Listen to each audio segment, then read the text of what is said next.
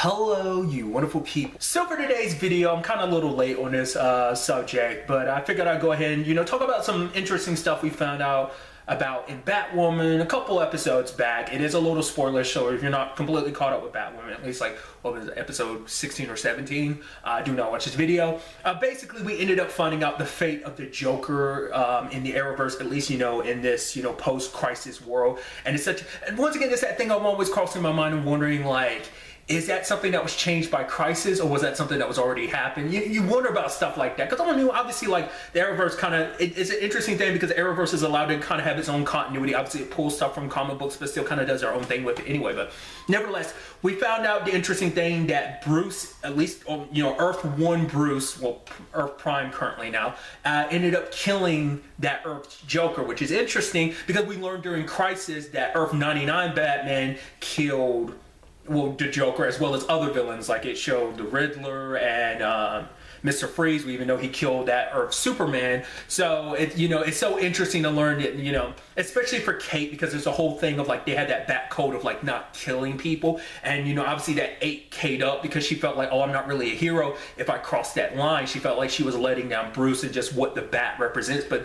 Luke is like, oh, like Bruce, you don't think Bruce struggled with that too? He crossed that line. It's like, we haven't seen a Joker in like 5 years, right? And that's why. And I just thought that was such an interesting thing. I'm also, because I said this during my review too, well, God, I brought that up as such a fascinating thing because like Batman and Joker always have that relationship of like, because that's always the thing of like, why doesn't Batman just kill the Joker just because it's like all the chaos he ensues, he's always going to escape Arkham, and so that's a whole thing. So it's like, to find out he actually did it makes you wonder what made him cross the line in this continuity. Because the interesting thing is, and it's something I've discussed time and time again, because of the continuity of the Arrowverse, none of the Robins exist. Like, there's like, Kate's the first person in the Bat family to be established. So there have been no Robins and no Batgirl. So there hasn't been a whole like Barbara being shot by a Joker and paralyzed, in which she becomes Oracle. There hasn't been a Jason Todd situation, at least from what we understand, just because like Luke says that Bruce was at this alone. So meaning he never had any extended Bat family. So I think that's such an interesting thing of like,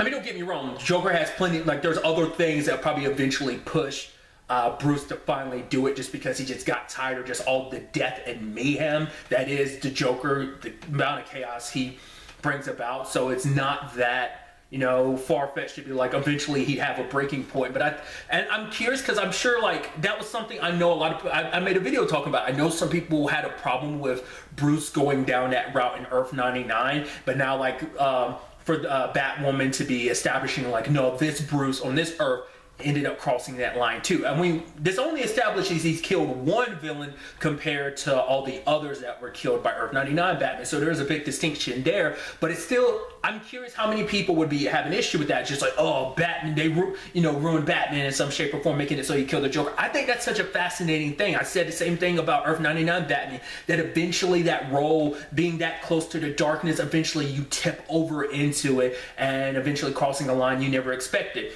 And what did Earth 99 Bruce say? Like, once you start down that route, you just kind of start slipping down it more and more. And probably that has a big part to do with why Bruce walked away. I mean, much like, Kate was going through that same thing because she was kind of worried. Like, when she fought that criminal after the whole Cartwright situation, she was like, oh my God, did I kill him? Like, she felt suffocated wearing the suit because she felt like, oh, this isn't who I am. I'm not this hero. I don't deserve to have this symbol. I don't deserve to be, looked at as kind of a symbol of hope because I'm not. I'm a killer, So I'm thinking like Bruce probably went through the same thing, and I think that's such an interesting journey for them to be on because like even in the Arrowverse alone, like there are plenty of heroes that don't kill, and I think it is sadly that it's that interesting, complicated nature of like you are the hero, so you try not to do any killing, and so for what that means for you as a character, I think it's such an interesting thing because the only character we know that does actively has killed in the Arrowverse was Oliver. Like, the fact of the matter is that was something he always struggled with, that darkness. So, and it almost seemed it was almost a struggle to not go that far a lot of times to him. So it creates this interesting dynamic of just like, obviously this parallels between, Kate's journey and Bruce's. And it's actually interesting because I talked about this too. I feel like the fact is that Bruce went through that with the Joker, that might be foreshadowing how things are supposed to play out between Kate and Alice. I mean, the season finale is in a couple days, because it's like Wednesday at the time we're recording this. I'm sure that that whole situation is not going to get resolved just because of, you know, everything that's going down, so where the season's most likely going to end up. But it's still just kind of, it just made me think of that, like, oh, like this constant back and forth, like the connection that, you know, Bruce had to the Joker. It's kind of, obviously it's a different dynamic, but it's very similar to the one that Kate and Alice had. And even like her dad kind of, you know, Jacob makes reference to that in the most recent episode, or just like how Batman and the Joker kind of fed off each other, saying that Batwoman and Alice kind of do the same thing. So like obviously the parallels are there, that which makes me think about that even more, of that could be foreshadowing. Once again, who knows how that's all going to turn out, because it could be, that could be the point, that there is kind of a little foreshadowing showing the similarities between that, but Kate making it, you know, proving that she doesn't have to cross that line when it comes to Alice, you know, despite like how she feels about Alice, you know, with their complicated situation of being sisters and everything, and just like the deep-seated things that are there, you know. So it's just an interesting thing. This whole Joker thing kind of gets your mind kind of spiraling in many different directions. I always keep making comparisons to the fact this is interesting, because in Titans there was a whole thing about Dick was under Trigon's spell, and he kept, you know, like Bruce was killing all his villains, and the first villain that kind of sent him on that roller coaster of like, oh, I killed my villain, was Joker. And then after that he severely spiraled. Granted, that was all in his head, but I think it's kind of a representation of, if Bruce ever gave too much into the darkness, he could sway that way. And once again, he is human at the end of the day, so he's just as fallible as anyone else, because he's not above being impervious to, you know, giving into his rage or his dark, you know. Like I said, it's just all an interesting conversation.